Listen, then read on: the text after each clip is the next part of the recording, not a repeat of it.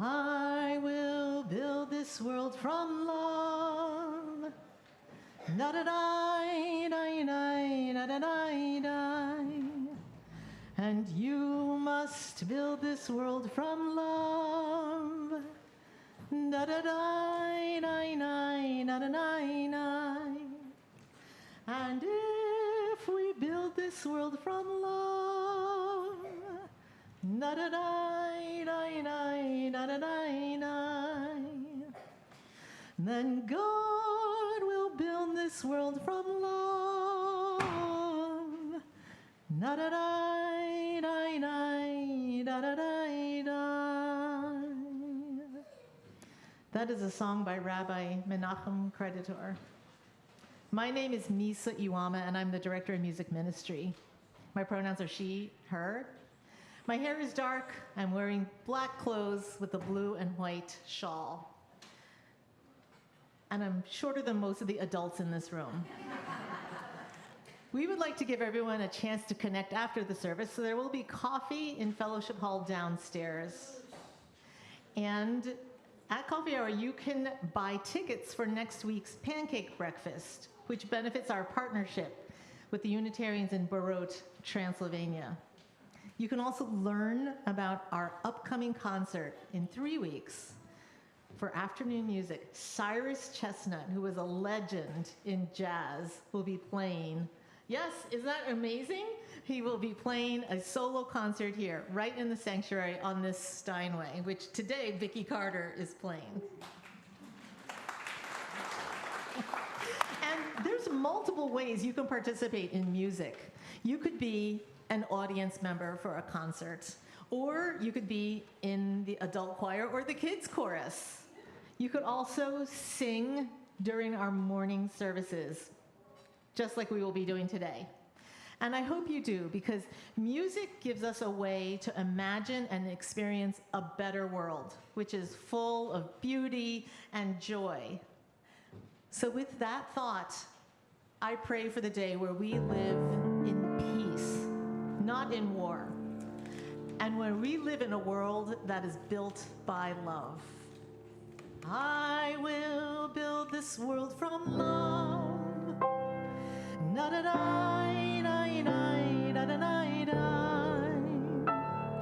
And you must build this world from love. Na da da da da da da da. And if we build this world from love, na da da da da da da, then God will build this world from love. Na da da da da da da da.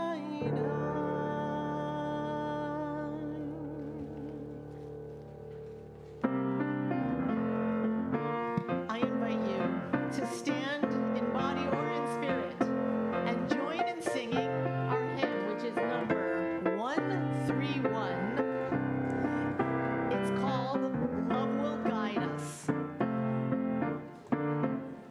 It's 131.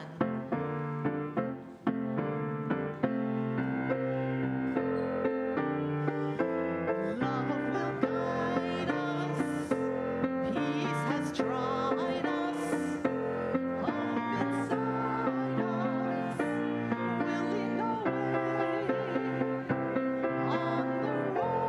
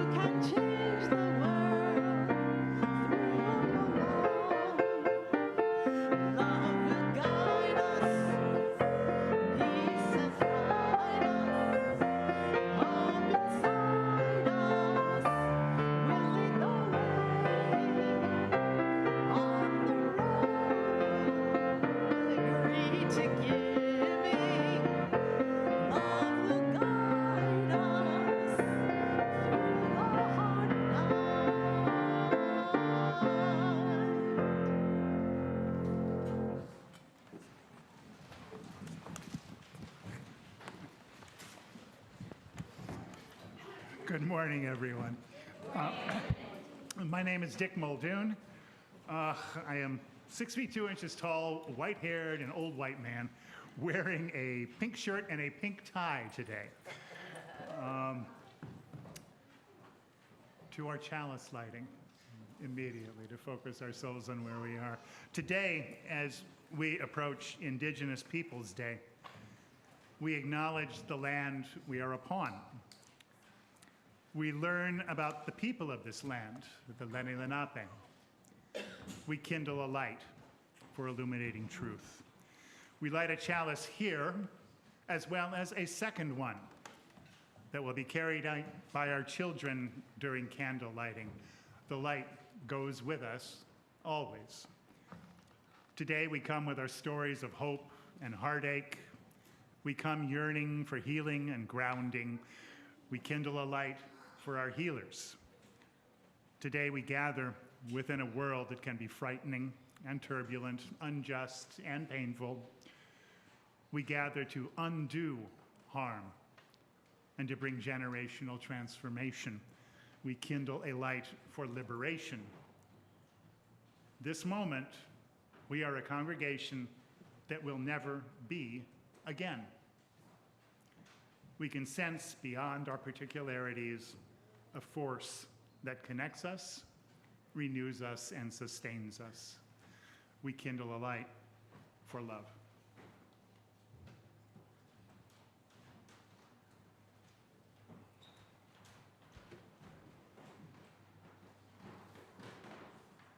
Good morning. Good morning. This morning's story for all ages comes from Carla Messinger, the founder of the Museum of Indian Culture in Allentown, Pennsylvania, an organization that fosters Lenape awareness, local history, contemporary life, and culture. It's called When the Shadbush Blooms. Lenape is the most accurate term to refer to the indigenous peoples whose land we're on. The Lenape, or Delaware Nation, is one of the oldest known nations in North America, 14,000 years old.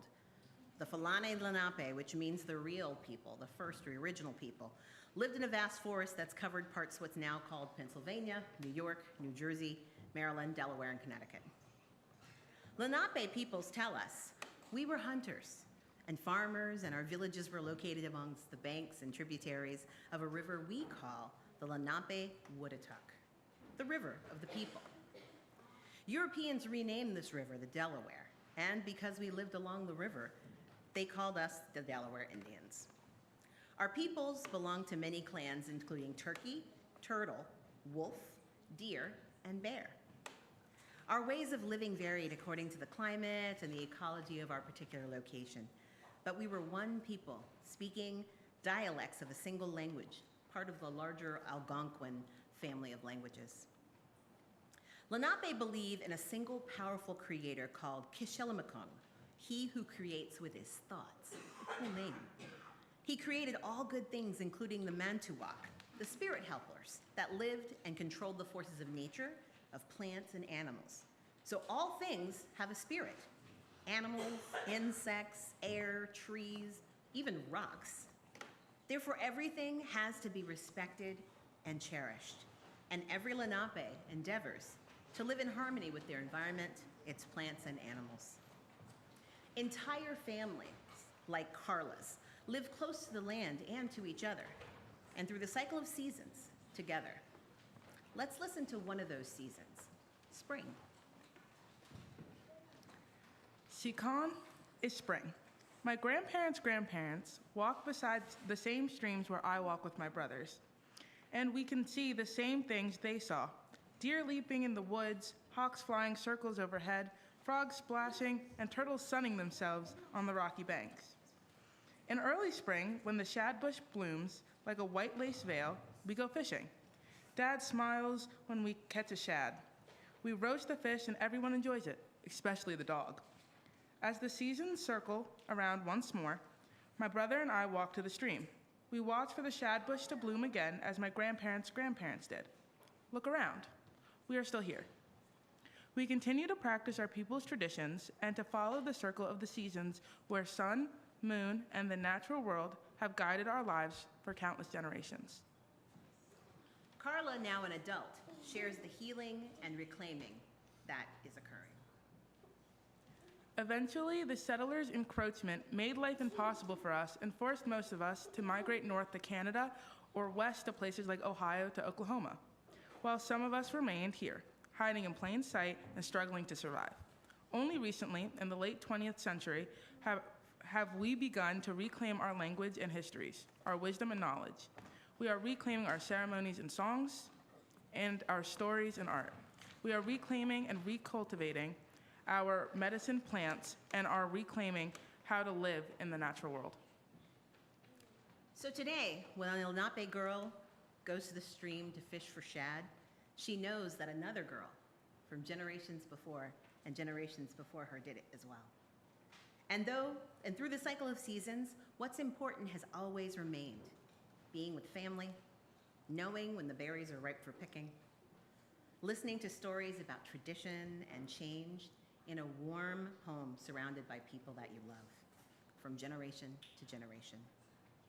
Here ends our story for all ages.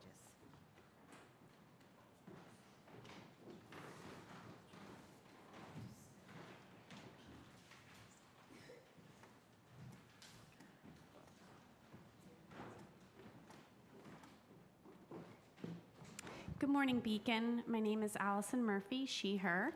I am a white woman with dark hair, dark clothes, and a maroon stole, which means that I am one of the chaplains here at Beacon. The role of chaplains is to extend the spiritual care of our community, and we remind people that all of us will need spiritual care at various points in their lives.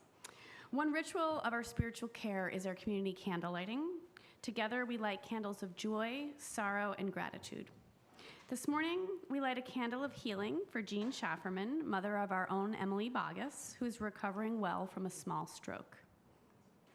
We light a candle of honor for imprisoned Iranian human rights activist Narges Mohammad, who won the 2023 Nobel Peace Prize for her fight against the oppression of women in Iran and her fight to promote human rights and freedom for all. A candle of celebration for Indigenous Peoples Day, recognizing the sovereignty, resilience, and immense contributions that Indigenous communities have had in the Americas for thousands of years and continue to have today. And a candle for a hope of peace amid all the horrific conflicts in the world, including fresh violence in Israel and Gaza. We invite you all to come forward and light a candle at this time.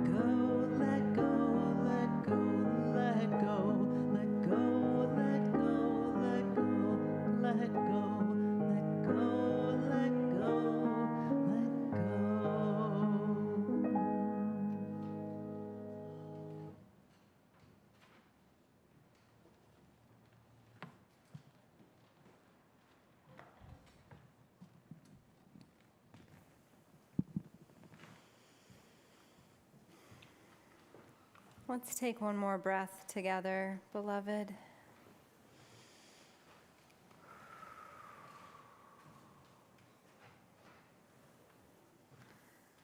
I'm Reverend Robin. My pronouns are she and her. And we have come to our time in the service for meditation, although perhaps a bit prophetic. When I wrote out the elements for this Sunday's service, I accidentally wrote mediation instead of meditation. I don't know about you, but I'm feeling like I have a heart in need of mediation, not only meditation. And so if you would join me wherever you are. Meditation, mediation, perhaps just continuing to follow the rhythm of your breath. We'll begin with our gong.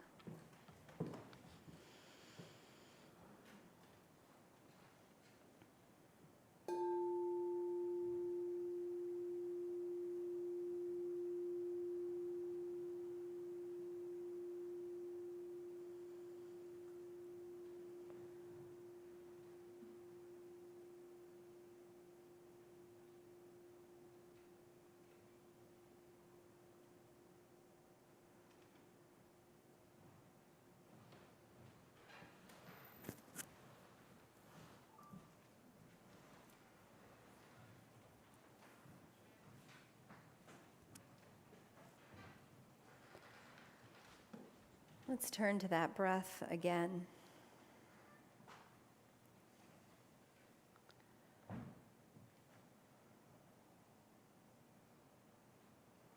And as you find your rhythm, your authentic rhythm, not the pace the world would have you move in, not the shoulda, coulda, wouldas, not the negative tapes, your authentic pace. Here, listen first to body. What does your body long to share in this moment? Maybe it's a memory or grief, joy. Maybe there's worry. Where in your body is there a message to listen to be present with compassion?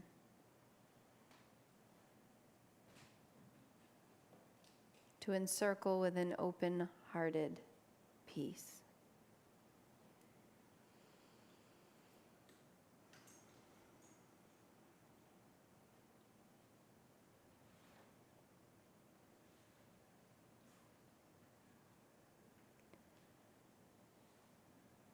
Continuing with your breath, I invite you to expand your awareness. Expand your awareness to the people perhaps in this space or the space you are in if you're online with us. Expand your awareness to the communities that you are a part of.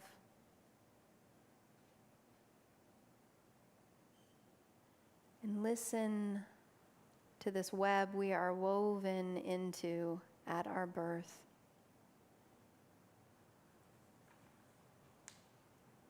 What sorrow, what memory, what grief, what joy, what worry, what hope speaks in the circle of beloveds.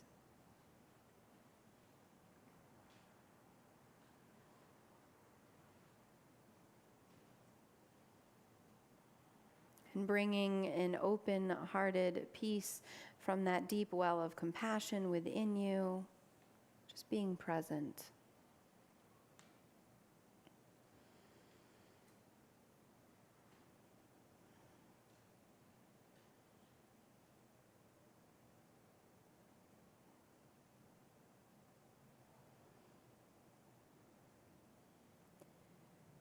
We take one last listening now beneath the technology and the machines and all of the created world to Earth herself.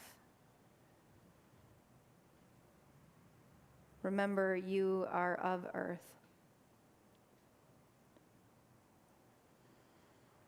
And slowing yourself down, falling in that rhythm of your breath. What joy, what memory, what grief, what hope does earth herself speak this day?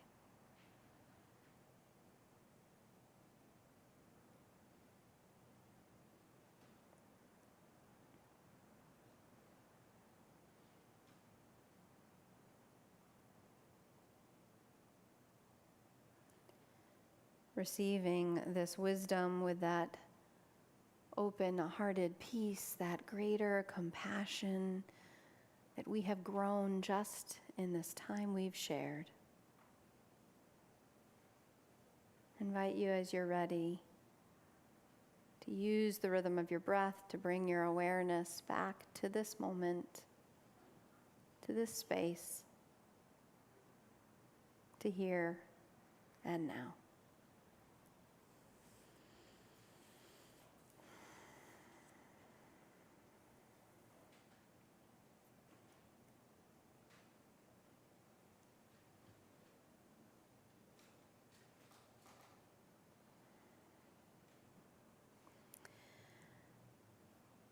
Several times a year, we designate an organization to receive the plate collection for 3 weeks in a row.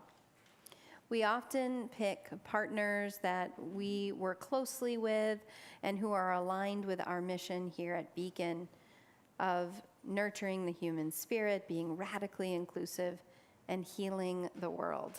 In fact, our partners help us heal the world, a small goal that we have here at Beacon. This Sunday, I'm really honored to be able to introduce a partner that we work very closely with, a partner who helps us balance kind of our direct service with community organizing, and that is Faith in New Jersey. Faith in New Jersey, if you've not heard of this organization, is a multi-faith and multi-racial network of faith leaders and faith communities working together to advance a social and economic justice agenda. They work at the very local level, right here in Summit, at the county level, at the state level, and even advocating at the federal level. Faith in New Jersey's mission is to develop grassroots community leaders, analyze the policies that shape our communities, and mobilize faith voices and faith voters to effectively act on the prophetic call to build beloved community. It almost sounds like our mission statements are meant to be paired together. So closely is the heart of their work to the heart of this congregation. And Beacon member Charlene Walker happens to be the executive director of Faith in New Jersey. And we are so fortunate to have Charlene as a member here at Beacon, and also typically on Sundays out visiting other faith communities and building Faith in New Jersey. Now, Faith in New Jersey is not a new organization. They had changed their name, but they've been organizing here in New Jersey since 2010.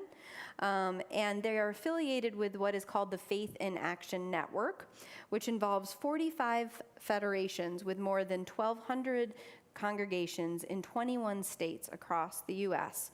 Faith-based community organizing focused on reducing racial and economic disparities.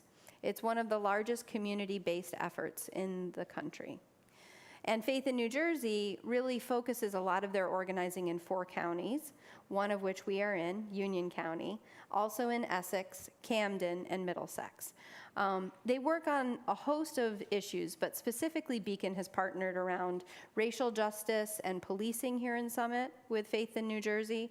They're also working on affordable housing and harm reduction, and they're one of the organizations that Beacon Hope and Equity Center turns to when we are in the process of releasing microgrants. They help connect us to other organizations and other organizers to make sure that those grants reach Black and brown communities across New Jersey. One of the organizations they partnered us with 2 years ago, Black Lives Matter Patterson, remains to this day one of our primary partners in our work.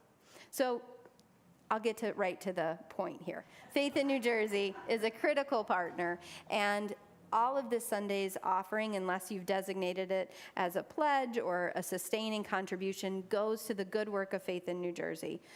Your donations support their vital and vibrant presence across our state. Our morning offering will now most certainly be gratefully received, beloved.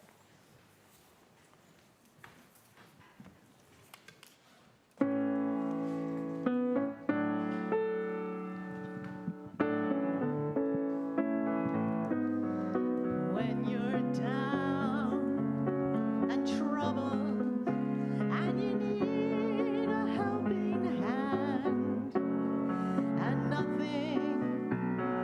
nothing is going right, close your eyes and think of me, and soon I will be there to brighten even your darkest night. You can sing with me if you like. You just call out my name, and you know wherever I am, I'll come running to see you again. Winter, spring, summer, or fall, all you have to do is call, and I'll be there. Yes, I will. Now ain't it good to know that you've got a friend when people can be so cold? They'll hurt you and desert you and take your soul if you let them. Oh, but don't you let them. You just call out my name, and you know wherever I am, I'll come running to see you again. Winter, spring, summer, or fall, all you have to do is call, and I'll be there. Yes, I will. You've got a friend.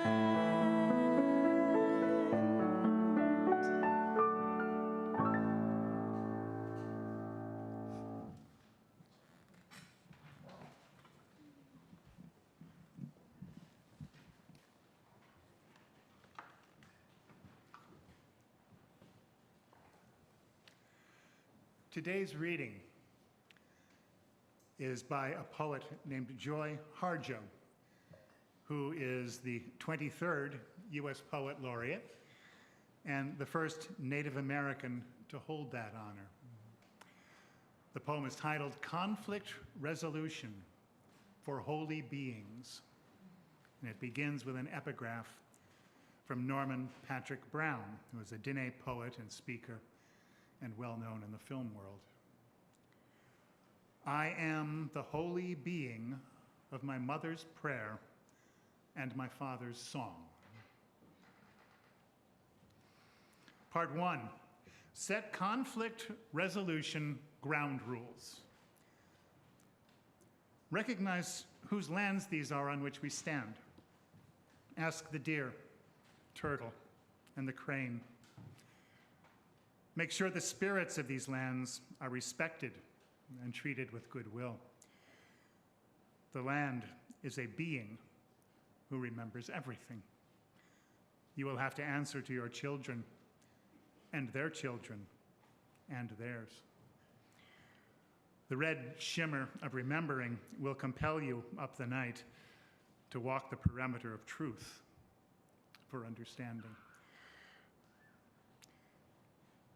As I brushed my hair over the hotel sink to get ready, I heard, by listening, we will understand who we are in this holy realm of words. Do not parade, pleased with yourself. You must speak in the language of justice. Part 2, use effective communication skills that display and enhance mutual trust and respect.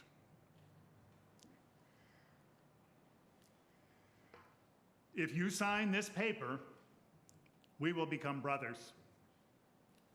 We will no longer fight. We will give you this land and these waters as long as the grass shall grow and the rivers run.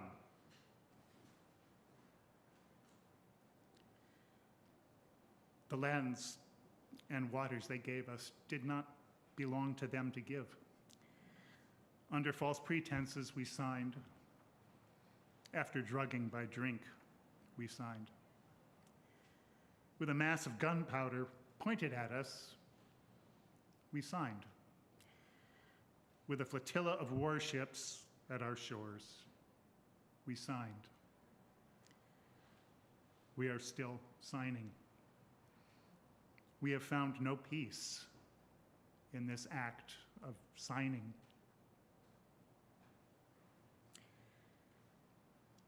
A casino was raised up over the gravesite of our ancestors. Our own distant cousins pulled up the bones of grandparents, parents, and grandchildren from their last sleeping place. They had forgotten how to be human beings. Restless winds emerged from the earth when the graves were open, and the winds went looking for justice.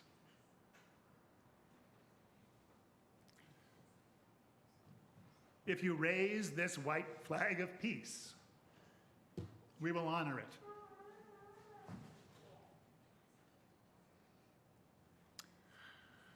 At Sand Creek, several hundred women, children, and men were slaughtered in an unspeakable massacre after a white flag was raised. The American soldiers trampled the white flag in the blood of the peacemakers.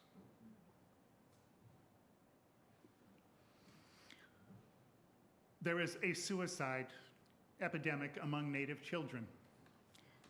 It is triple the rate of the rest of America. It feels like wartime, said a child welfare worker in South Dakota.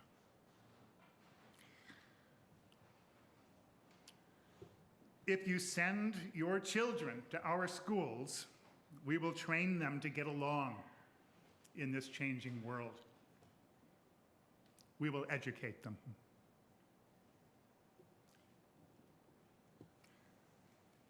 We had no choice. They took our children. Some ran away and froze to death. If they were found, they were dragged back to school and punished. They cut their hair, took away their language until they became as strangers to themselves, even as they became strangers to us.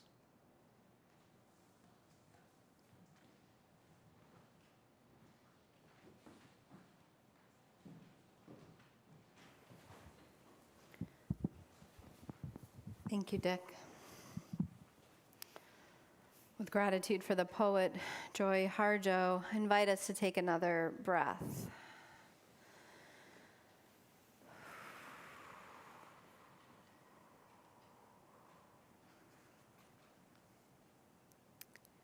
In 1977, the United Nations sponsored a conference in Geneva entitled the International Conference on Discrimination Against Indigenous Populations in the Americas.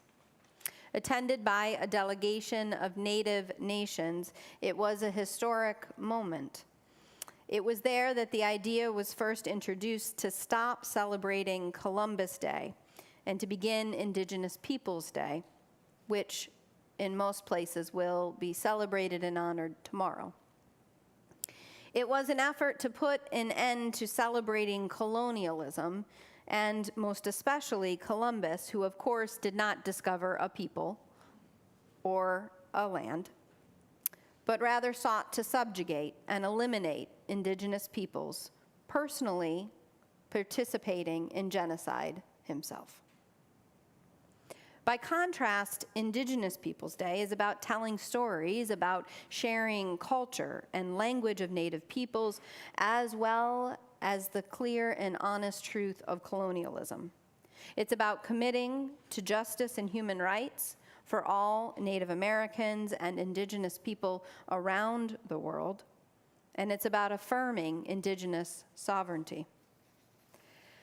Now, this may be all well and good, you say, but isn't this more of a social, a political, a legal, a historical issue than, say, a religious one, especially for religious liberals?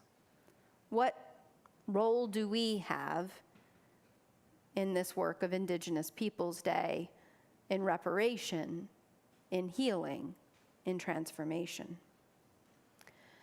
Colonialism, you may or may not know, was fueled by a religious idea stamped by the Pope himself. In 1452, Pope Nicholas V issued a papal decree declaring that Christians, more specifically those in Portugal, had the right to conquer and colonize non-Christians. Quote, "and any other unbelievers and enemies of Christ wherever they may be, as well as their kingdoms, counties, principalities, and other property, and to reduce their persons into perpetual servitude."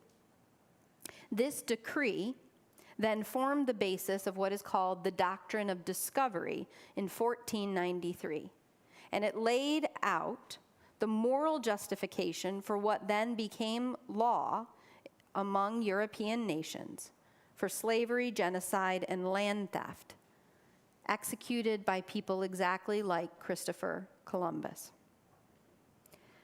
Now, thus far, the story still seems a little far from home, right? I mean, Abby shared that even in her town, right, people are still fighting the erasure of Columbus Day and trying to fight Indigenous Peoples Day. But there's more to this story. I think the children are just having fun. If anyone's worried that you're hearing noises, it's a good time. Jermaine Kripe is there. All is well. I can see things through the doors. Let's find our breath again. Now, you might think, well, this is something of like papal decrees and orthodoxies, and didn't the Unitarians and the Universalists flee those things? Weren't we only like the good guys in the story? In 1823, the U.S. Supreme Court decision, Johnson versus Mintosh, the court held up the doctrine of discovery, arguing that the legal principles outlined in the earlier doctrine of discovery extended from Europeans now to United States citizens. Associate Justice Joseph Story, a Unitarian, affirmed the decision, saying, quote, "As infidels, heathens, and savages, they, the Indians, were not allowed to possess the prerogatives belonging to absolute, sovereign, and independent nations." Among the many tactics utilized to execute the doctrine of discovery here in the United States was stealing Indigenous children. Boarding schools swept Native children from their homes and families, as the poet Joy Harjo describes in the piece that Dick read, forcing them to abandon their identities, their language, their culture, suffering abuse, and even in some cases, as we now know, death. We know of at least 3 boarding schools in the United States that were run at different points by Unitarians. How, you might rightfully ask, could a liberal religion participate at all in human rights atrocities? Certainly, we could say that those persons were at the time a product of their own culture and raising. Certainly, we could say that it was not all Unitarians. But I think there's something deeper here to grapple with, beyond the particularities of perpetrators and the denominational affiliations of those guilty of these human rights violations. That matters and has a place too. I want us to ask right now, as Reverend Dr. Martin Luther King Jr. famously instructed the congregation in the wake of the death of Jimmy Lee Jackson and then Reverend James Reeb, the question he said is not who killed them, but what? What led people, generation after generation, to inflict such violence and pain, and to continue today? I think this is where our collective work begins. When I think of the boarding schools, of course, as I've read about them, I think of the children and the atrocities that were wrought. I also think of what that kind of trauma does generationally. Generationally, yes, to the children themselves and to Indigenous people the world over.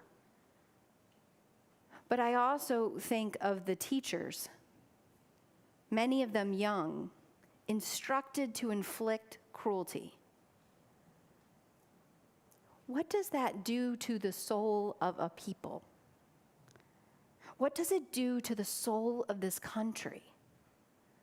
To be told to suppress one of your most elemental aspects of being human, empathy, the ability to see another human being in pain, and to want to heal, to help, to stop the suffering. What does it do when you are raised to shut down that part of your being, generation after generation, and to be told to not care about some humans?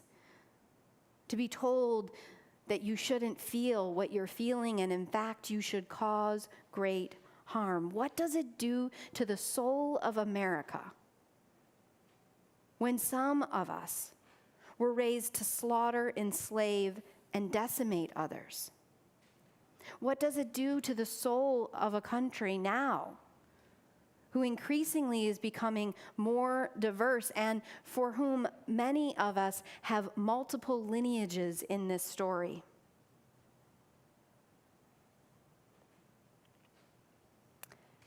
Now, I think it's important to ask the who question.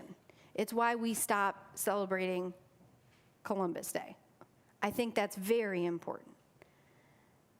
But the truth is, we can't possibly name every ancestor in some effort to try to figure out who gets out in this without blame.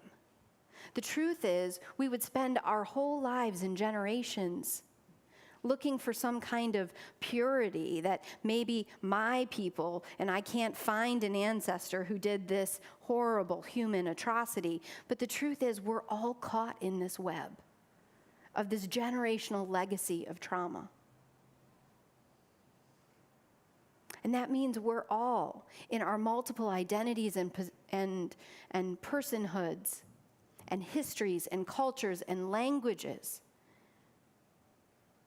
called to this great act of healing, of generational healing.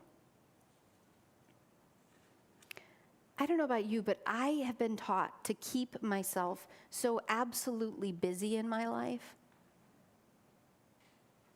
that I don't feel, that I won't notice the great grief and pain that is all around us all the time, that is within us all the time.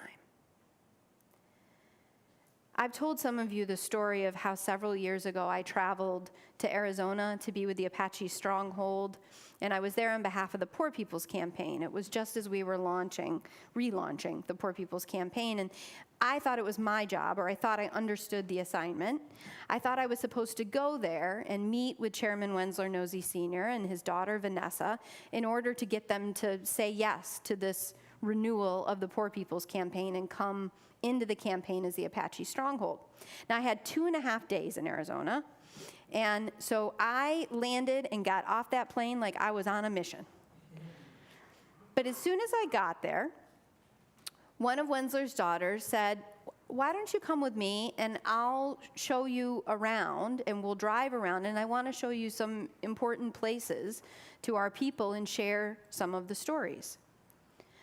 3 hours later, I was practically jumping out of my seat. I was so anxious. I'd been there. I now had a day and a quarter left, and I hadn't even met Wensler yet. From there, by the time we got back to the camp, I was asked to please, put my tent together, and then it was dinner time. And just as I was moving toward Wensler, somebody said, "Why don't you help make dinner?" 2 hours later, I find myself that anxiety rising because I have a checklist and I haven't even begun it, and I'm failing. That night, Wensler told stories for all of us gathered around a fire, stories of his people, stories of the struggle at present. And when he was done, I practically bolted across the circle to get to him. And he looked at me and he said, "Your people, your element is fire, and it's a very powerful thing, but you can burn yourself up." And he walked away.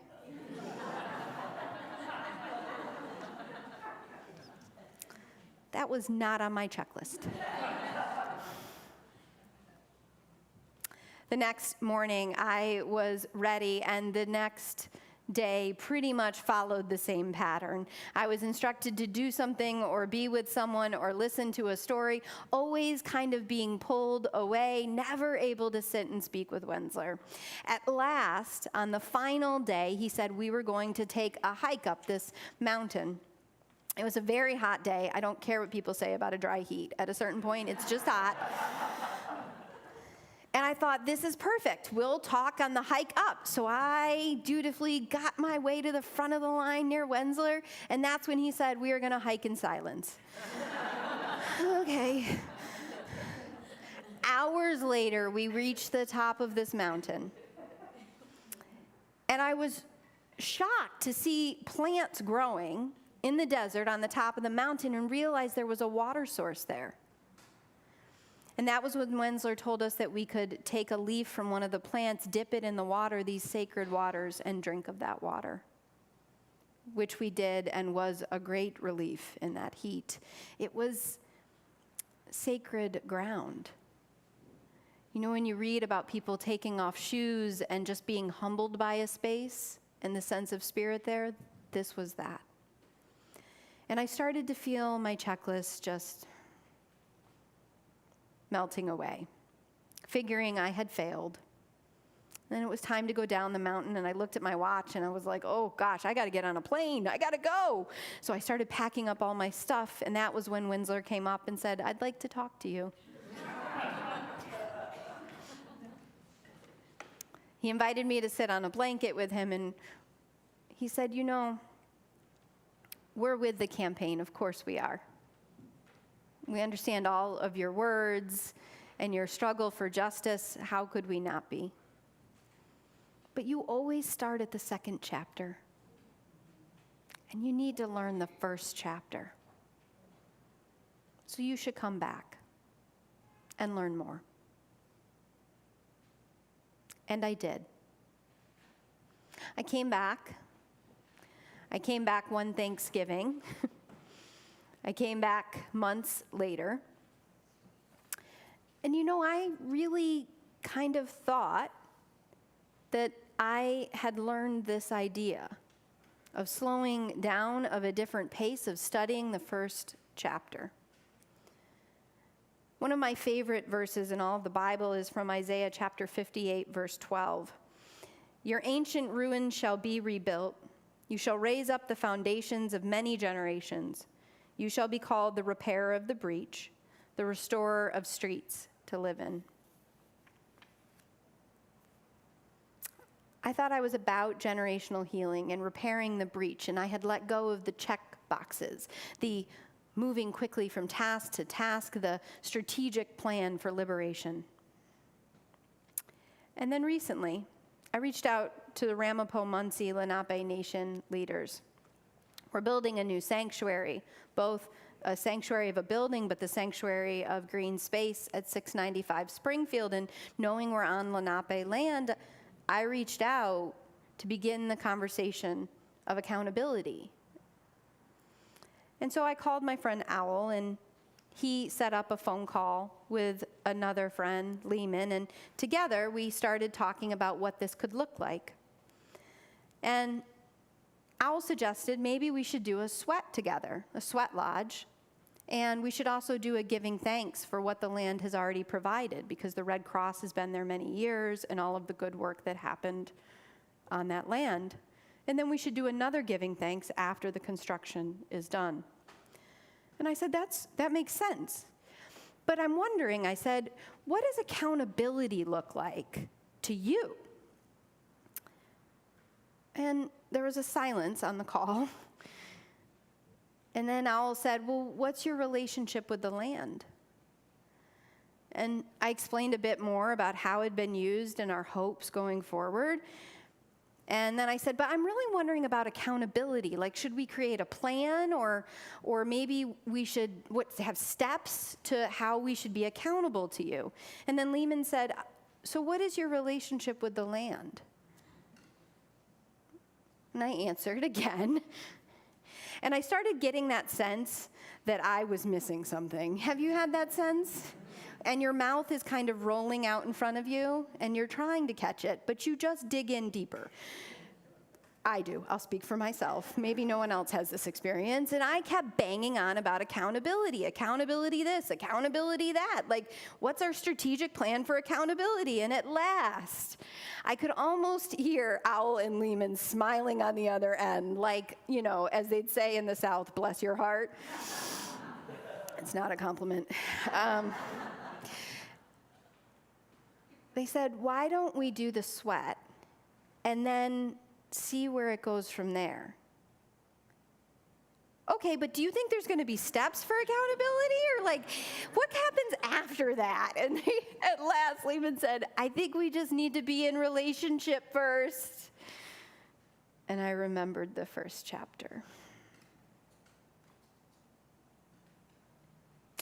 Joy Harjo's piece about conflict resolution goes on, and she lists the fourth step is this. Number 4, reduce defensiveness and break the defensiveness chain. I could hear, she says, the light beings as they entered every cell. Every cell is a house of the God of light, they said. I could hear the spirits who love us stomp dancing. They were dancing as if they were here, and then on another level of here, and then another, until the whole earth and sky was dancing. We are here dancing, they said. There was no there. There was no I or you. There was us. There was we. There we were, as if we were the music. You cannot legislate music to lockstep, nor can you legislate the spirit of the music to stop at political boundaries or poetry or art or anything that is of value or matters in this world and the next world. This, she says, this is about getting to know each other. We will wind up back at the blues, standing on the edge of the flatted fifth, about to jump into a fierce understanding of each other. This is the first step for communities still held in the grip of colonialism, and so much whiteness is to learn the first chapter. From there, to be in relationship with earth, with one another, with your heart that is pulsating both with light and love as well as grief and pain, to let yourself feel.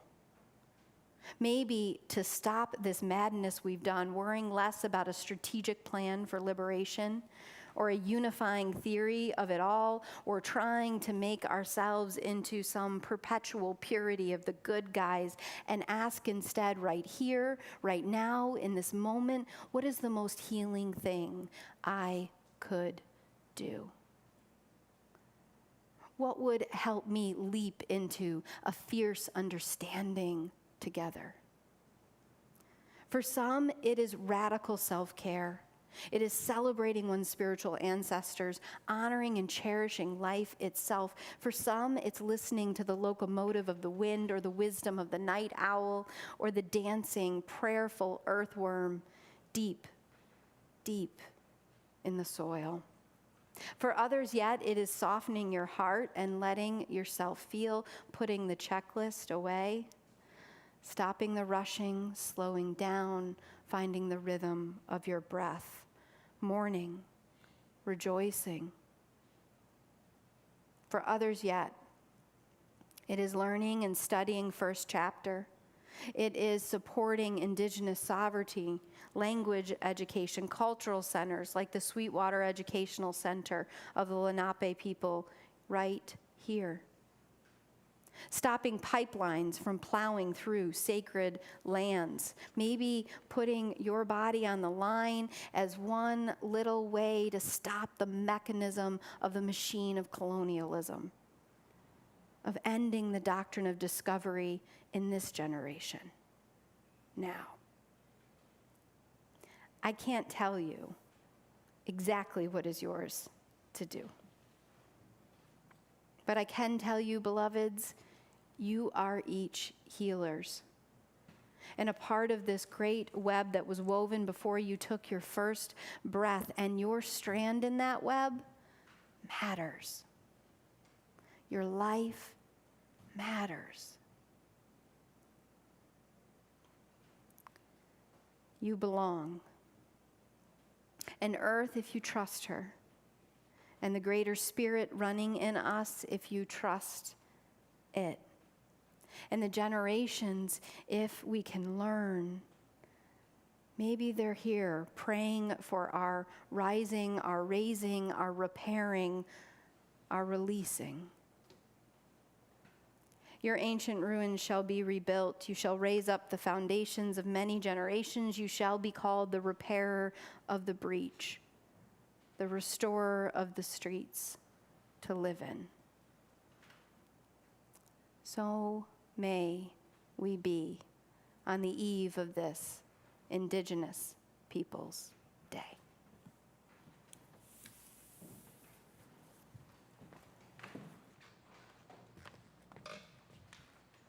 Sometimes it's nice to have a piece of music to take you through the week. And so we're going to close by a song by another rabbi. This is Shoshana Mara Friedman's song, The Tide is Rising. So you can feel free to take the music home with you if you like. And I invite you to rise in body or spirit and join in singing.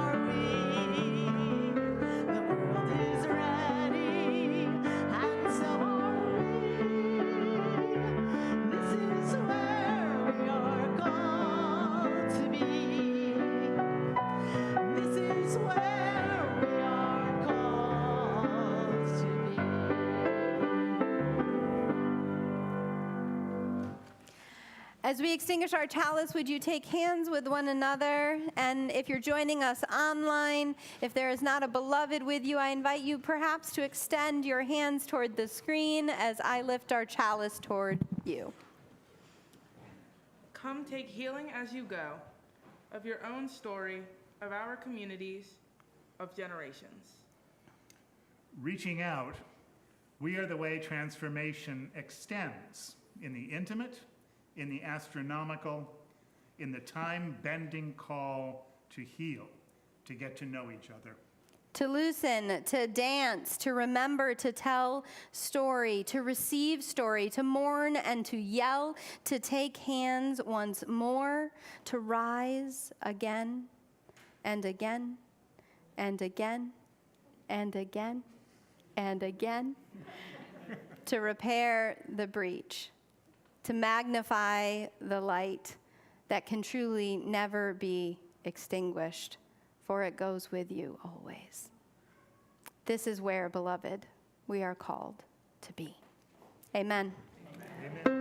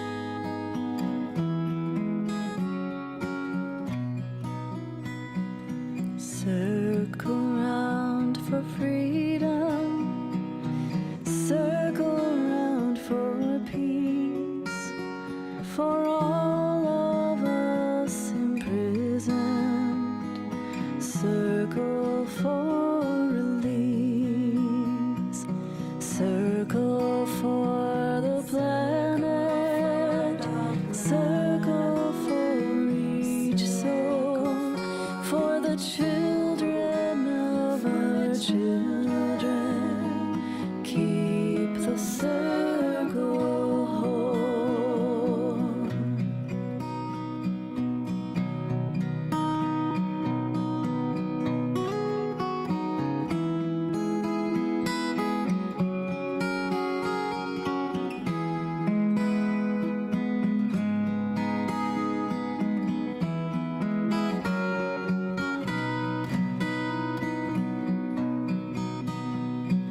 Circle round for freedom, circle round for peace, for all of us imprisoned, circle for release, circle for the planet, circle for each soul, for the children of our children, keep the circle whole, circle round for freedom.